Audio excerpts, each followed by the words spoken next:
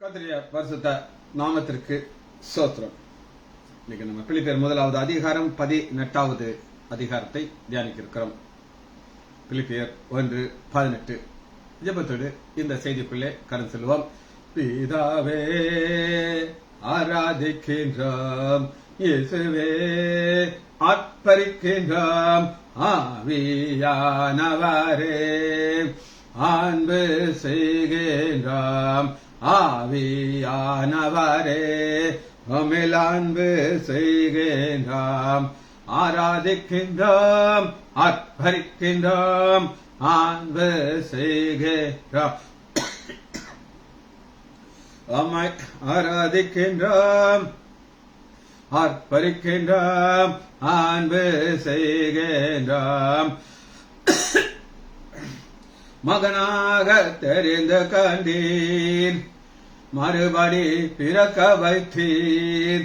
மகனாக தெரிந்து கண்டீர், மறுபடி பிறக்க வைத்தீர். ராஜாக்களும் நாங்களே, அசரியரும் நாங்களே. ராஜாக்களும் நாங்களே, ஐயா அசரியரும் நாங்களே.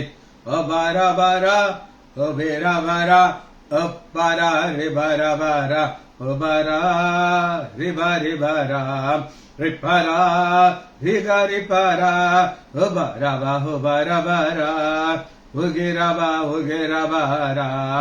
பாரிசுத்தர் பாரிசுத்தரே பரலோக ராஜாவே,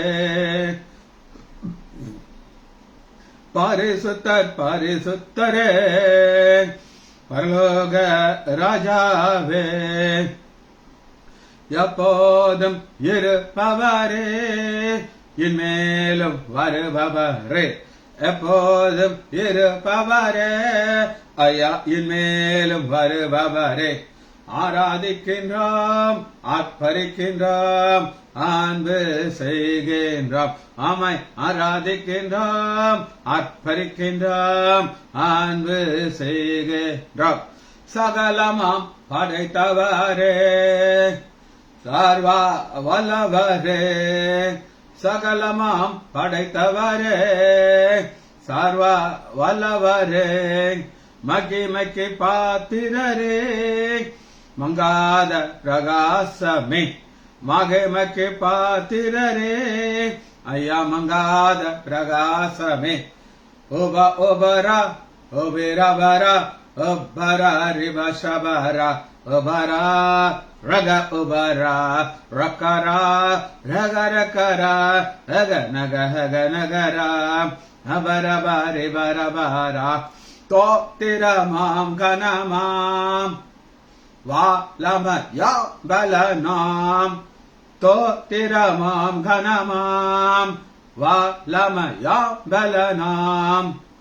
மாட்சிமயம் துதியம் எப்போதும் உண்டாகட்டும். மாட்சிமயம் துதியம் ஐயா எப்போதும் உண்டாகட்டும். ஆராதிக்கின்றோம், ஆர்ப்பரிக்கின்றோம், அன்பு செய்கின்றோம். ஆமா ஆராதிக்கின்றோம், ஆர்ப்பரிக்கின்றோம், அன்பு செய்கின்றோம். உமது செயல்களெல்லாம் அதிசய மனவைகள். உமது செயல்களெல்லாம் அதிசய மனவைகள். உமது வழிகளெல்லாம் சத்தியமானவைகள். உமது வழிகளெல்லாம் சத்தியமானவைகள். இயேசுவின் நாமத்தினாலே ஜெபங்கள் பிதாவே, ஆமென். கர்த்தருடைய பரிசுத்த நாமத்திற்கு ஸ்தோத்திரம். நீங்க பிலிப்பியர் முதலாவது அதிகாரம் 18வது வசனத்தை தியானிக்க இருக்கிறோம். இதனால் என்ன? பவுல் ஒரு கேள்வியோடு இந்த வசனத்தை ஆரம்பி. இதனால் என்ன? அதுக்கு இங்கிலீஷ் என்ன போட்டிருக்கு அப்படின்னா, வாட்ஸ் தென்? இதனால என்னையா இதெல்லாம் கண்டுக்கிடாத, சோ ஈஸி எடுத்துக்கிறாத, சீரியஸ் எடுத்துக்கிறாத இதை அப்படின்னு சொல்றாரு. இதனால என்ன? வஞ்சகத்தினாலாவது உண்மையிலாவது எப்படியாயிரும் கிறிஸ்து அறிவிக்கப்படுகிறார், அதனாலே சந்தோஷப்படுகிறேன், இன்னும் சந்தோஷப்படுகிறேன். இதனுடைய கீ வார்த்தையே சந்தோஷம். பவுல் இருக்கிறது ஜெயில விலங்கல்ல கட்டப்பட்டிருக்கு. இப்ப பவுல குறித்து ஒரு தவறாக சொல்கிறார்கள். அவங்க சொன்னீங்க அது வேதனை சொல்ற காரியங்கள் பவுல் மேல வந்துட்டு இருக்கு. ஆனால் பவுல் கண்டுக்க மாட்டேங்கிறாங்க. அவருக்கு ஒரே ஒரு ஆசை, கிறிஸ்து பிரசங்கிக்கப்படுகிறார். ஆனால் எனக்கு சந்தோஷம், சாதாரண சந்தோஷம் கிடையாது, குரோத். இன்னமும் சந்தோஷப்படுவேன், இன்னமும் சந்தோஷப்படுவேன். சரி, இந்த செய்தியை ஆரம்பிக்கிறதுக்கு முன்னாடி சுவிசேஷம் அறிவிக்கப்படுறதுனால ஒரு மனிதனுடைய வாழ்க்கை டிரான்ஸ்பர்மேஷன் ஆகுது. அந்த மனிதன் வாழ்க்கை எப்படி டிரான்ஸ்பர்மேஷன் ஆகி வந்துச்சுங்கிறத நம்ம பார்க்க போறோம்.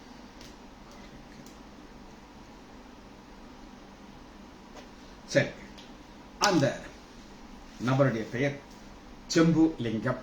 செம்புலிங்கம் இவர், அதாவது பிரிட்டிஷர்ஸ் இந்தியா விட்டு போகல, அந்த இன்னும் கொஞ்ச நாள் அவங்க கிளம்புறாங்க. அந்த ஸ்டேஜில் பல லோக்கல் ஆளுகளை போலீஸாக செலக்ட் பண்றாங்க. செலக்ட் பண்ணி இந்த லோ கிரேட் எல்லாமே லோக்கல் மக்கள் தான் இருப்பாங்க, ஹையர் அபிஷியல் எல்லாம் பிரிட்டிஷர்ஸ் இருப்பாங்க. இந்த நேரத்தில் செம்புலிங்கம் யார் அப்படின்னு கேட்டீங்கன்னா, இவர் ஒரு வியாபாரி. கருப்பட்டிய காய்ச்சல் இடத்துல இருந்து வாங்குவாரு. மதுரை, திருநெல்வேலி, பல இடங்களுக்கு மாட்டு வண்டியில. இப்பெல்லாம் மோட்டார் கார்லாம் கிடையாது, கார் இருந்துச்சு, இந்த பிரிட்டிஷர்ஸ் தான் அவங்ககிட்ட கார் இருக்கும். லாரிலாம் நினைச்சு பார்க்க முடியாது, ஒன்னும் எல்லாம் வர்ற காலத்துக்கு முன்னாடி உள்ளது. மாட்டு வண்டியில ஒரே ஒரு லாந்தர் வெயிட் லைட் கீழே தொங்கிட்டு இருக்கும். ஒரு 5-6 மாட்டு வண்டி ஒன்னா போயிட்டு. இந்த போலீஸ் அந்த காலத்துல எப்படி நான் இருக்காங்க, இவன் என்ன நிப்பாட்டி, நீங்க கொள்ளக்காரங்களா அப்படின்னு கேட்டிருக்கேன். ஐயா, நாங்க கொள்ளக்காரங்க இல்லையா, பாருங்க உள்ள நாங்க என்ன வச்சிருக்கோம் பாருங்க, கருப்பட்டி வச்சிருக்கோம். நாங்க மதுரைக்கு போய் அங்க எல்லாம் வித்துட்டு காசாக்கி நாங்க வர்றோம். மலையூர் முட்டி, எஸ், அது இதை பார்த்துதான் அவங்க காப்பி எடுத்தாங்க, ராஜேஷ் காட்டா போட்டிருக்காங்க. அப்படி ஒரு நல்ல ஒரு மனிதன். ஆனா இவருக்கு கெட்ட நேரம் இங்க ஆரம்பிச்சிருச்சு. போலீஸ் இவனை பிடிச்சிட்டு போய் ஜெயில வச்சு அட்டி அட்டி நடிக்கிறாங்க. இந்த ஆளு இவங்களாம் அந்த பனை ஏரி குரூப்ல உள்ளவங்க.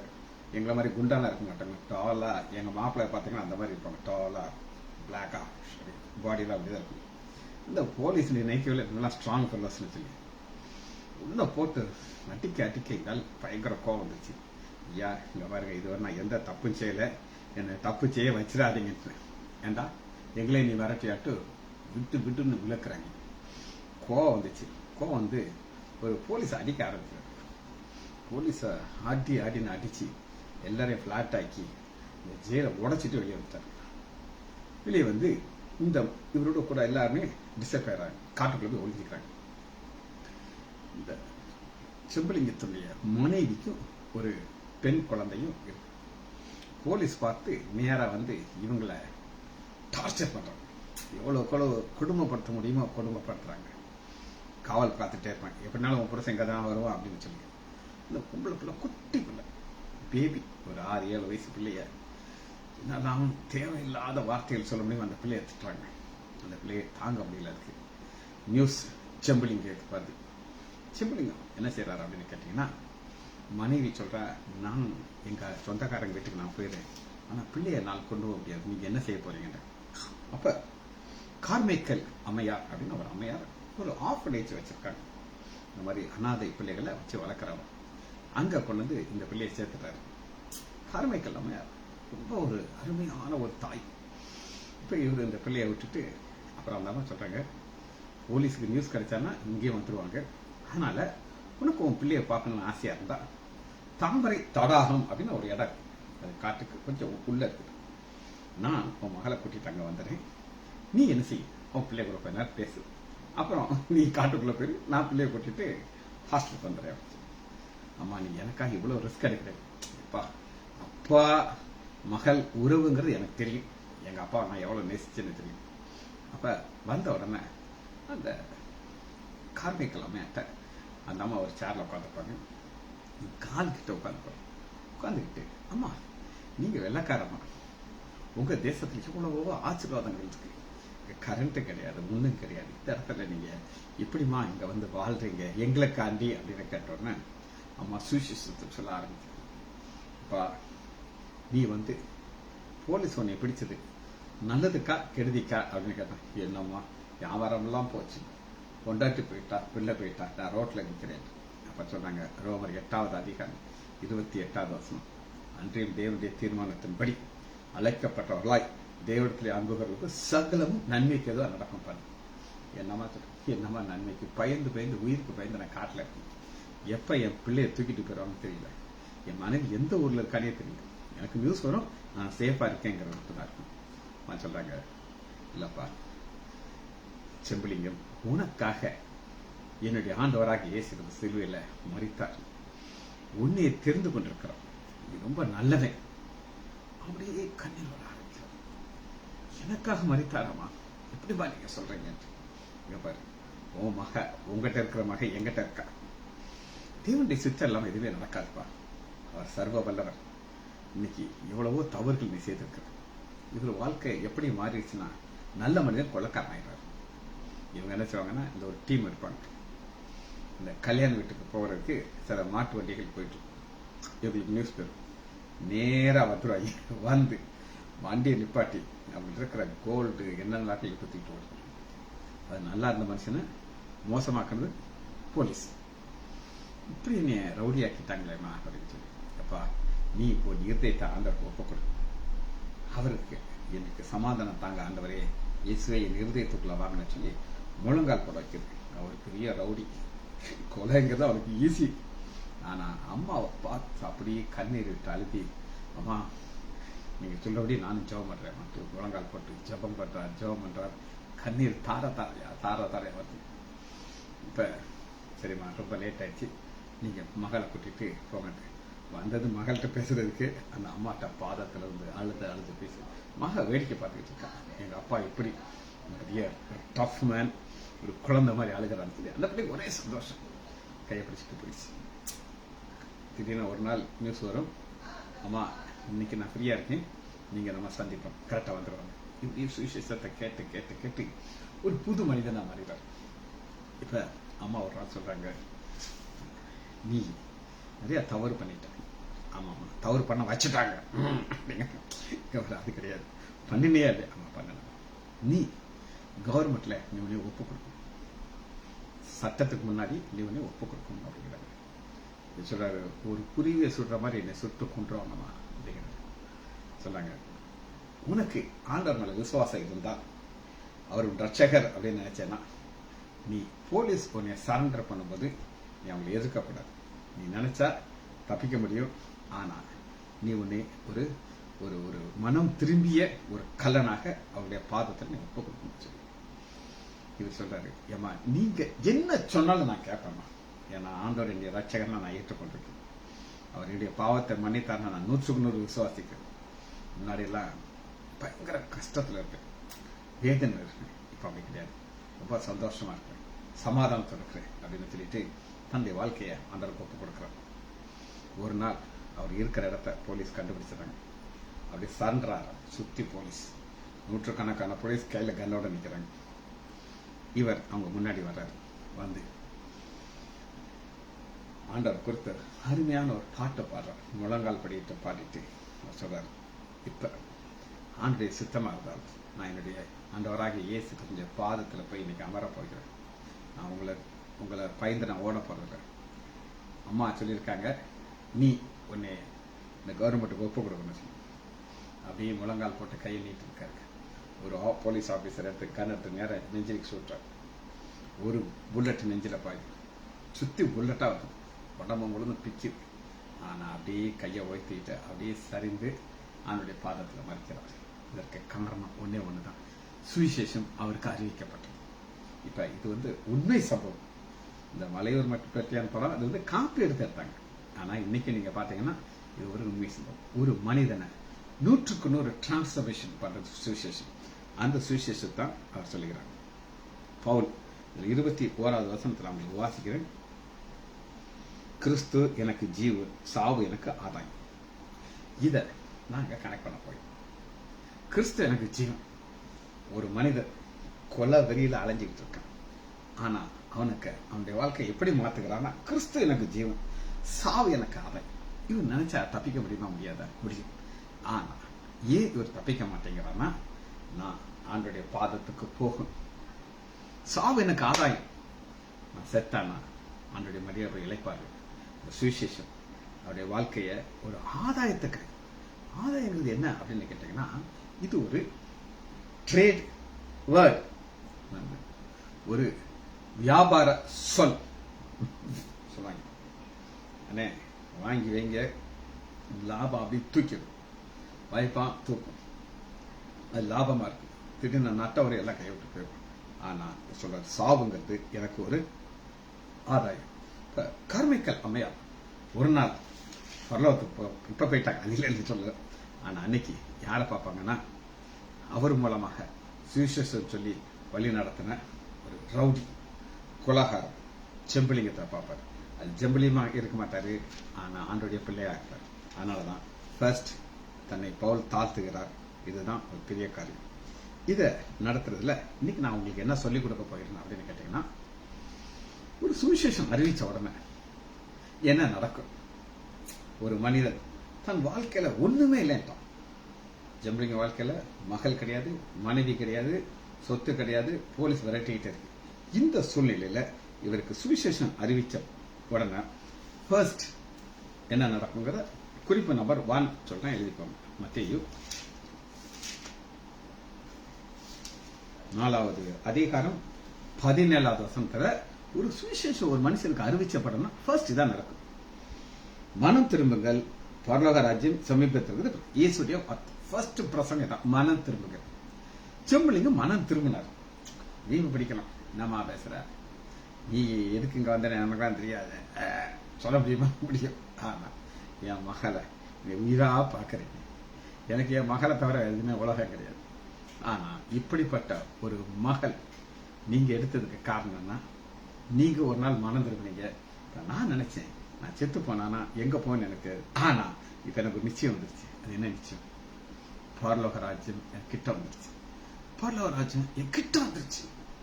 அதனாலதான் தைரியமா கையை தூக்குனார். நீங்க சொல்ல பண்ணா சுட்டுக்கோங்க, ஒன்னும் பிரச்சனை இல்லைன்ட்டு உடனே கிட்டையா பக்கத்திலே போயிட்டார். இதுதான் முதல் நிகழ்ச்சி, மனம் திரும்புதல். மனம் திரும்புகிறது என்ன அப்படின்னீங்கன்னா, நேரா போயிட்டே இருக்கிறோம். அங்கிருந்து 180 டிகிரி டர்ன் எடுத்து ஒரு உதாரணம் நான் சொல்றேன். ஒருத்தர் கார்ல இருந்து போறார். எங்க போறாரு அப்படின்னு கேட்டீங்கன்னா, அவருக்கு கன்னியாகுமரிக்கு போகணும். எங்க போனா கன்னியாகுமரிக்கு போகணும். கன்னியாகுமரிக்கு போகணுன்றவரு கார் போய்கிட்டு இருக்குது, மதுரைக்கு போயிடுச்சு. மதுரைக்கு போற இடத்துல போய் கேட்கறாரு, அண்ணே கன்னியாகுமரிக்குன்னு எவ்வளவு தூரம் இருக்குன்னு சொல்லியா லூசு, இப்படி போனான்னு நீ நேரம் சென்னை போயிடுவ. என்ன செய்ய, ஒரு 180 டிகிரி டர்ன் எடுத்தா விருதுநகர் வரும், சாத்தூர் வரும், அப்படியே கோயில்பட்டி வரும், போய் திருநெல்வேலி வந்து கன்னியாகுமரி முடியாது. 180 டிகிரி டர்ன் எடுத்தா தான் அவன் போய் சேர வேண்டிய இடம் முடிச்சார். 180 டிகிரி. இப்ப ஒரு ரவுடி இவனோட ஒரு கொலகாரனை பார்க்க முடியாது, அவன் ஒரு 180 டிகிரி டர்ன் எடுத்தான். ஆண்டவர் ஏத்துக்கிட்டான்.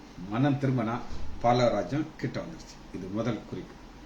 இரண்டாவதாக நம்ம என்ன நடக்குது அப்படின்னு கேட்டீங்கன்னா, இப்ப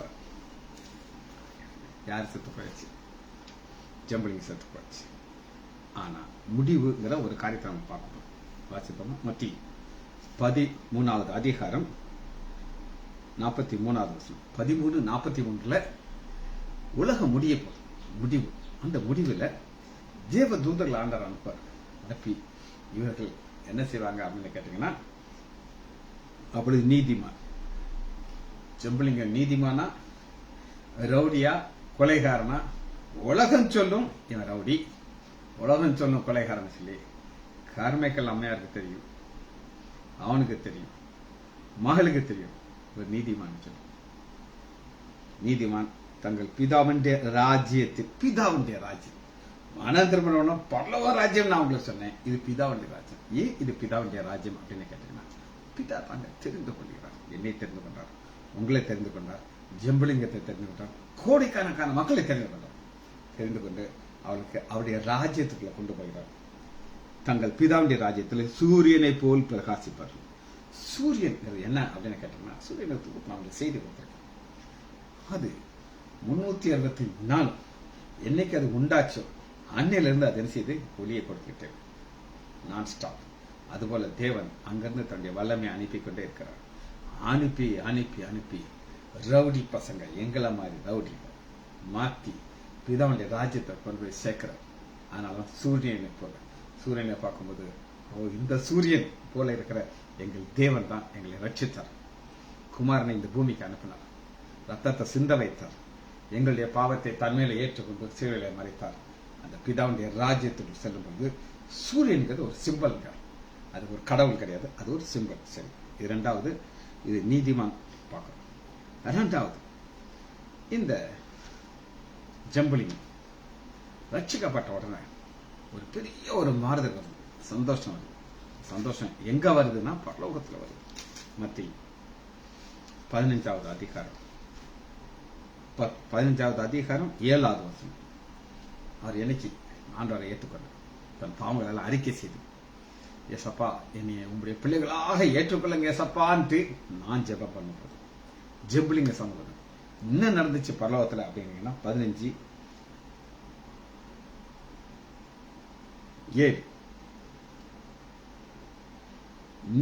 நீதிமான்களை குறித்து மனம் திரும்புகிற ஒரே பாவியின் ஒரு பாவி மனம் திரும்பிட்டான். பரலோகத்திலே மிகுந்த சந்தோஷம். பரலோகம் ஏற்கனவே சந்தோஷமா இடம், அங்க எங்கேயா சோகம் இருக்குமா, கண்ணிக்கு இருக்காது. ஆனா இன்னொரு சந்தோஷம் கூடுது. ஏன் கூடுதுன்னா, நமக்கு ஒரு புதுசா ஒருத்தர் வரப்போகிறார், அவர் பேரு ஜம்புலிங்கம். இப்படி கோடிக்கான ஏன் பேரையும் சொல்லுவாங்க. என்னைக்கு நான் 2வது ரட்சிக்கப்பட்டேனோ பரலோகம் சந்தோஷப்படுச்சு. அதனால என்னைக்கு சுவிசேஷம் அறிவிக்கப்படுகிறோம், இந்த சுவிசேஷம் அறிவிக்கும் போது பவுலுக்கு சந்தோஷம். பவுல் எப்படி சந்தோஷப்பட்டார் அப்படின்னு கேட்டீங்கன்னா, வசந்த வாசிக்கிறேன் 1வது அதிகாரம் 18வது வசனம். அதனாலே சந்தோஷப்படுகிறேன், கிறிஸ்து அறிவிக்கப்படுறேன், இன்னமும் சந்தோஷப்படுறேன். ஏன் இன்னும் சந்தோஷப்படுறேன்னா, இவங்க அடுத்தவங்க சொல்லுவாங்க, அவங்க அடுத்தவங்க சொல்லாங்க, சொல்லி சொல்லி சொல்லி பரலோகத்துக்கு முழுவதும் நிரப்பப்படும். அதனால மன திரும்புகிற ஒரு பாவியிலிருந்து அடுத்த ஸ்டெப் சந்தோஷம். சரி, அடுத்து 4வதாக ஒரு குறிப்பை காட்டுகிறேன். இந்த ஜம்புலிங்கம் ஒரு கொலைகார், கொலை செய்து உடனே என்ன நடக்கும் அப்படின்னு கேட்டீங்கன்னா, அவங்களுக்குள்ள ஒரு வேதனை. ஏன்னா ஒரு குடும்பத்துல கல்யாணத்துக்கு போயிட்டு இருக்காங்க, கையில நகை, அந்த நகையை கொடுக்குறாரு. அவங்க எவ்வளவு வேதனைப்படுவாங்க. நீங்க ஒரு சின்ன ஒரு திருகணி உங்க கை விட்டு போயிடுச்சுன்னா எவ்வளவு வருத்தம் இருக்கும் தெரியுமா. என் மனைவியெல்லாம் தலைவன் கீழே போட்டுருவா, போட்டுட்டு வீடியோ தலையெல்லாத்தையும் மாத்திடுவாங்க. அவங்களை கூப்பிடா கூட்டி கட்டி திருகாணி கிடைக்கிறவரை விட மாட்டான். அது மாதிரி இங்க 27 யோவான் 14:27 சமாதானத்தை உங்களுக்கு வாய்த்து போகிறது. சமாதானம் யாருக்கு கிடைக்கும் அப்படின்னு கேட்டீங்கன்னா, சுவிசேஷம் அறிவிக்கப்படும் போது இயேசு என்னுடைய பாவத்தை தன் மேலே சுமந்து கொண்டார், எனக்கு ஒரு விசுவாசம். இயேசு எனக்காக மரித்தார், எனக்கு ஒரு நம்பிக்கை இருக்கு. இயேசு திரும்ப வருவார், நான் விசுவாசிக்கிறேன். அவங்களுக்கு ஒரு சமாதானம் வரும். அது என்ன சமாதானம் அப்படின்னு கேட்டீங்கன்னா, என்னுடைய சமாதானத்தையே உங்களுக்கு கொடுக்குறேன். என்னுடைய சமாதானம், ஒருத்தருக்கு ஒரு சமாதானம் எனக்கு இருக்கு. இன்னைக்கு நான் என் மகளுடைய வீட்டுக்கு நான் போகிறேன், இதுல எதுவும் அஃபெக்ட் ஆகாது. ஓபியை முடிச்சுட்டு போயிட்டு நைட்டில் நாங்கள் வந்துடும். ஆனால் பயங்கர சமாதானமாக என்னுடைய மகா வீட்டுக்கு போகிறேன். என் மாப்பிள்ள புதுசாக ஒரு பெட்ரோல் பங்க் வாங்கியிருக்காரு. அது பிரித்த பிறகு பெரிய ஹாப்பியாக இருக்கு. மாமா ஒரு சொத்து வாங்கியிருக்கேன் மாமா அப்படின்ட்டார். என் மாப்பிள்ளைக்கு சந்தோஷம் தான், எனக்கு பெரிய சந்தோஷம், சமாதானம். இந்த சமாதானம் யாருக்கு கிடைக்கும் அப்படின்னு கேட்டிங்கன்னா, ரட்சிக்கப்பட்ட பிறகு. இதே நான் ரட்சிக்கப்படாமல் இருந்தான்னா எனக்கு ஒரு பெருமை வந்திருக்கும். ஆனால் பெருமை கிடையாது, ஒரே ஒரு ஜபம் தான். ஆண்டவரே, எங்கள் மேலே இரக்கமா இருக்கிறதுக்காக நன்றி ஆண்டவரே, எங்கள் மேல் கிருபையா இருக்கிறதுக்காக நன்றி ஆண்டவரே, எங்கள் குடும்பத்தை நீங்க நேசிக்கிறதுக்காக நன்றி ஆண்டவரே. இவ்வளவுதான் நம்முடைய வாயிலிருந்து வரும் காரணம், சமாதானம். உலகம் கொடுக்கிற பிரகாரமாக அல்ல, உங்கள் இருதயம் கலங்காமலும் பயப்படாமலும். உங்கள் இருதயம் அந்த ஜம்புலிங்கம் முழங்கால் போடுறாரு, ஆண்டவர் துதிக்கிறார். தெரியும் சில செகண்ட்ல புல்லட், எத்தனை புல்லட் மேல இறங்கணும்னு தெரியாது. ஆனா இந்த சமாதானம் இருந்துச்சு. சமாதானம் இருந்தனால என்ன இல்லை அப்படின்னா, பயம் இல்லை, கலக்கம் இல்லை. ஒரு மனிதன் ரட்சிக்கப்படுறது அப்படி முடிவுல பயங்கர சந்தோஷம் இருக்கும். நான் இன்னும் கொஞ்ச நேரத்துல பிதாவுடைய மடியில இலை பாரப்போகிறேன். அடுத்து என்ன கிடைக்கும் அப்படின்னு கேட்டீங்கன்னா, மத்திய 11வது அதிகாரம் 28வது வசனம். மத்திய 11:28. வருத்தப்பட்டு பாரம் சுமக்கிறவர்களே நீங்கள் எல்லாரும் முன்னெடுத்துல வாருங்கள், நான் உங்களுக்கு இளைப்பாறுதல். இன்னைக்கு சுவிசேஷத்தை கேட்டு ஆண்டவர் மேல நம்பிக்கை வந்துருச்சோ, இது ஆட்டோமேட்டிக்கா வந்துடும். இவர் கொடுக்கிற வாக்கு தத்துவம். வருத்தப்பட்டு பாரம் சுமக்கிறதில்லை. இன்னைக்கு உலகத்துல எத்தனை பேருக்கு இது இல்லைன்னு சொல்லுங்க. வித்தியாசமான கோணத்துல வருத்தம் இருக்கும், பாரம் இருக்கும். ஜம்பலிங்கத்திற்கு ஒரு செகண்ட்ல எல்லாம் விட்டு போயிடுச்சு. நான் போலீஸே என்னை திருடன் ஆக்கிட்டாங்க, கொலகாரன் ஆக்கிட்டாங்க, ரவுடி ஆக்கிட்டாங்க, இப்ப என்னைய வேட்டையாடுறாங்க. இந்த வருத்தம் பாரம் எல்லாம் என்னைக்கு ஆண்டவர் மேல வச்சிட்டாரோ என்ன எனக்கு என்ன வருது அப்படின்னு கேட்டீங்கன்னா, நான் சாந்தமும் மனத்தாழ்மை இருக்கும், என் நுகத்தை இதை ஏற்றுக்கணும். அப்பொழுது உங்கள் ஆத்மாக்கள் இளைப்பாறுதல் கிடைக்கும். இளைப்பாறுதல்ங்கிறது ஆண்டவர் கொடுக்கிறது. அது எப்ப கிடைக்கும் அப்படின்னு கேட்டீங்கன்னா, நம்முடைய பாரத்தை அவர் மேல் வைக்கும் பொழுது. கர்த்தர் மேல் பாரத்தை வைத்து விடு, கலங்கி தவிக்காதே, அவரே உன்னை ஆதரிப்பார். சரி, இது 5வது குறிப்பு. 6வது குறிப்பு ஒரு விசேஷமான ஒரு குறிப்பு வச்சு ஆவியான கொடுத்தது ஏற்றுக்கொள்ளமா. யோவான் 11வது அதிகாரம் 35வது வசனம். மிக சின்ன வசனம். இயேசு கண்ணீர் விட்டார். நமக்கு ஒரு ரட்சகர் இருக்கிறார், நமக்கு நினைவாக இருக்கிறார். நினைவாக இருக்கிறார். உங்களுக்கு நான் செய்தி கொடுத்துக்கிட்டே இருக்கேன். எத்தனை பேர் திங்கள் வியாழன் செய்தியை நீங்க கவனிச்சு கேட்கிறீங்கன்னு எனக்கு தெரியாது. இந்த ஆண்டவர் யார் அப்படின்னு கேட்டீங்கன்னா, அன்னைக்கு இருந்த இடம் வேற, இன்னைக்கு பிதாவுடைய வலது வஸ்திரத்தில் இருக்கிறார். நம்ம ஒவ்வொருவரையும் கண்ணின் மணியை போல பாதுகாத்துருப்பார். பவுல் சபையை துன்பப்படுத்துகிறார். துன்பப்படுத்தும் போது, நீ துன்பப்படுத்துகிற கிறிஸ்து நானேங்கிறார். சபையை துன்பப்படுத்தினா அவருக்கு வேதனை. இங்க ஆண்டவர் பார்க்கிறார், பரலோகத்தில் வந்து பார்த்துக்கிட்டு இருக்கிறார். என் பிள்ளை செம்முலிங்கம் முழங்கால் போட்டுட்டான், சுத்தி போலீஸ் இருக்கிறாங்க, அவருக்கு எப்படியா இருக்கும், கண்ணீர் வச்சுட்டே இருப்பார். ஸோ என் பிள்ளை என் மேலே எவ்வளவு விசுவாசமா இருக்கிறான். இவன் ஒரு செகண்ட் நினைச்சானா அத்தனை வரையும் காலி பண்ணிடுவான். கார்மைக்கால் அம்மையார் சொன்ன நான் வார்த்தைக்கு கட்டுப்பட்டு முழங்கால் பட்டி நிற்கிறான். இயேசுவேன் என்னென்ன கூப்பிடுறான். அவருடைய கண்ணில இருந்து கண்ணீர் தார தாரையா வந்திருக்கணும். நான் விசுவாசிக்கிறேன். அவ்வளவு ஒரு நல்ல அன்புள்ள ஆண்டவர் நமக்கு இருக்கிறார். சரி, அடுத்து 7வதாக என்ன ஆசீர்வாதம்? யோவான் 14வது அதிகாரம் 5வது வசனம். யோவான் 14:5. நான் போய் உங்களுக்காக ஒரு ஸ்தலத்தை ஆயத்த பண்ண பின்பு. ஒவ்வொருத்தருக்கும் ஒரு ஸ்தலம் உண்டாக்கிருப்பார். ஜம்பலிங்கத்துக்கு ஒரு ஸ்தலம் உண்டு பண்ணியிருப்பார். நீங்க நம்ம பண்ண போய் பார்க்கலாம். எனக்கு ஆசை அதெல்லாம் போய் பார்க்கணும். அவன் செய்தியில் பார்த்துக்க பார்த்தீங்களா? அவர் பாருங்க, நீங்கள் இருக்கிற இடத்துல மறுபடியும் உங்களை இடத்துல சேர்த்து ஆண்டவர் திரும்ப வருவார்.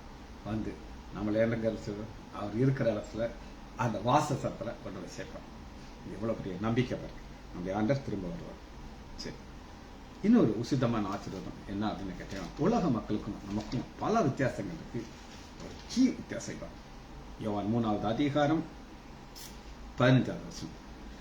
தன்னை விசுவாசிக்கிறன் எவன், விசுவாசிக்கிற எவன். நம்ம விசுவாசிக்கணும். அன்னைக்கு எத்தனையோ வல்லமை இருந்துச்சு, பவர் இருந்துச்சு, சரீர பலம் இருந்துச்சு, கண் இருந்துச்சு. போலீஸ் ஸ்டேஷனுக்குள்ள போய் போலீஸ் அடிச்சு உதச்சு இருக்கிற கண்ணெல்லாம் தூக்கிட்டு இருந்தோம். வச்சு எல்லாரும் ஷூட் பண்ணிட்டு இருக்கோம், குறி வச்சுட்டோம். அந்த அளவு பவர்ஃபுல் ஃபெல்லோ. விசுவாசிச்சுட்டான். இனி நான் கொலகாரனா இருக்க மாட்டேன், புது சிருஷ்டி, மனம் திரும்பிட்டேன். அதனால ஆண்டவர் என்ன கொடுப்பாருன்னா, நித்திய ஜீவனை அடையும் பிடிக்கும். நித்திய ஜீவனை ஆண்டவர் கொடுப்பார். நித்திய ஜீவனை நமக்கு கிடைக்கிறதுக்கு ஆண்டவர் நமக்காக சிறுவிலே ரத்தம் சிந்தினார், உயர்த்தினார். சரி, அடுத்து 9வதாக ஒரு குறிப்பு. மத்தேயு 25வது அதிகாரம் 34வது வசனம். 25:34. அப்பொழுது ராஜா தமது வலது வஸ்திரங்களை பார்த்து வாருங்கள் அழைக்கிறார். எவ்வளவு பெரிய ஆசிரம் அழைக்கிறார். ஏன் அழைக்கிறார் அப்படின்னு கேட்டீங்கன்னா, நம்ம ஆண்டவர் விசுவாசிச்சிட்டோம், மனம் திரும்பிட்டோம். சுவிசேஷம் எனக்கு நமக்கு அறிவிக்கப்பட்டதோ அன்னைக்கு நம்மளை ஆண்டவர் அழைச்சிட்டார். வாருங்கள், என் பிதாவினாலே ஆசீர்வதிக்கப்பட்டவர்களே, உலகம் உண்டாருக்கு முன்னே. ஆண்டவருக்கு எல்லாம் தெரியும். நம்ம நினைப்போம் நம்ம ஒரு வாழ்க்கையை வாழ்க்கணும், அவருக்கு எல்லாம் தெரியும். உலகம் உண்டாருக்கு உங்களுக்காக ஆயத்தம் பண்ணப்பட்டிருக்க ராஜ்யம் ஆயத்தம். இன்னைக்கு நம்ம அந்த ராஜ்யத்துக்கு போறதுக்கு அது ஆயத்தம் பண்ணப்பட்டது. நீ திடீர்னு ஒரு வீட்டுக்கு போனீங்கன்னா என்னங்க சொல்லாம வந்துட்டீங்களே, சொல்லுவாங்களே சொல்ல மாட்டாங்க, சொல்லாம கொள்ளாம வரலாமா, ஒரு வார்த்தை சொல்லியிருந்தா அவங்களுக்காக நாங்க கோழியெல்லாம் அடிச்சு வச்சிருப்போமே, நான் கோழி அடிச்சு எங்க போறது அப்படின்னு சொல்லுவாங்க. ஆனா ஆண்டவர் யாரெல்லாம் மனம் திரும்பி சுவிசேஷத்தை கேட்டு ரட்சிக்கப்பட்டாங்களோ ஆயத்தம் பண்ண ஆரம்பிச்சிட்டாரு. ரெடியா இருக்கு, நம்ம போக வேண்டியதான் பாக்கி. அது 9வது குறிப்பு. கடைசியாக ஒரு குறிப்பை பார்த்து நம்ம அந்த செய்தியை முடிக்கப் போகிறோம். வெளிப்படுத்துது 3வது அதிகாரம் 21 நான் ஜெயம் கொண்டு என் பிதாவுடைய சிங்காசனத்தில் உட்கார்ந்திருக்கிறது போல ஜெயம் கொள்ளுகிறேன் எவனும் அவனும் என்னோட கூட சிங்காசனத்தில் உட்கார்ந்து அருள் செய்யும். ஜெயம் கொள்ளு, இது என்ன ஜெயம்? சண்டை போட்டு ஜெயிக்கிற ஜெயம் கிடையாது. சரண்டர். ஆண்டவர் நான் விசுவாசிக்கிறேன். அதாவது உலக மக்களுக்கு அது தோல்வி போலத்து. ஏன்டா இந்த இவன் மட்டும் இந்த சந்தன விருப்பம் மாதிரி எஸ்கேப் ஆகி ஓடி இருக்கலாமே, சந்தன விருப்பம் சிக்கனானா கொண்டு மாட்டாங்க, அது வேற. ஆனா இவன் என்னையா கோலா மாதிரி சரண்டரா இருக்கான். உலகம் சொல்லும் இவன் தோத்துட்டான்னு சொல்லி, ஆனா என் வேதம் சொல்லுகிறது ஜெயம் கொள்ளுகிறன் எவனும். நம்ம பார்க்கலாம் பிதாவுடைய சிங்காசனத்து பக்கத்துல எத்தனை பேர் அமர்ந்திருப்பாங்க, அதுல ஜம்பளிங்க உட்கார்ந்துருப்பான். ஏன்ப்பா அங்க வந்து உட்கார்ந்துருக்கேன், நான் ஜெயம் பெற்றேன் இல்ல, அம்மா சொல்றேன்னு கேட்டேன் இல்ல, நான் கண்ணை தூக்கி போட்டுட்டேன் இல்ல, அதனால எங்க வந்துருக்கேன், பிதாவுடைய வலது வருஷத்தில் அமர்ந்திருக்கேன். இன்னைக்கு நமக்கும் ஆண்டர் இந்த கிருபைகளை கொடுக்கறதற்கு நாம் ரட்சிக்கப்பட்டிருக்கிறோம், மற்றவர்களை வழி நடத்துறோம். ஜெபிக்க முடிப்போமா? மகா இரக்கமும் கிருபையும் உள்ள பிதாவே துதிக்கிறோம் ஐயா. பவுல் சந்தோஷப்படுகிறேன், இன்னும் சந்தோஷப்படுகிறேன். கிறிஸ்து அறிவிக்கவர், அது ஒன்றுதான் என் நோக்கம். கிறிஸ்து எனக்கு ஜீவன், சாவு எனக்கு ஆதாயம் நிச்சயத்தோடு ஓட எங்களுக்கு பலன் தாக்கப்பா. பிள்ளைகள் ஒவ்வொருவரையும் யான் ஆண்டவராகிய இயேசு கிறிஸ்து நாமத்தினாலே ஆசீர்வதிக்கிறேன். இயேசுவின் நாமத்தினாலே ஜெபங்களை பிதாவே. ஆமேன், ஆமேன், ஆமேன்.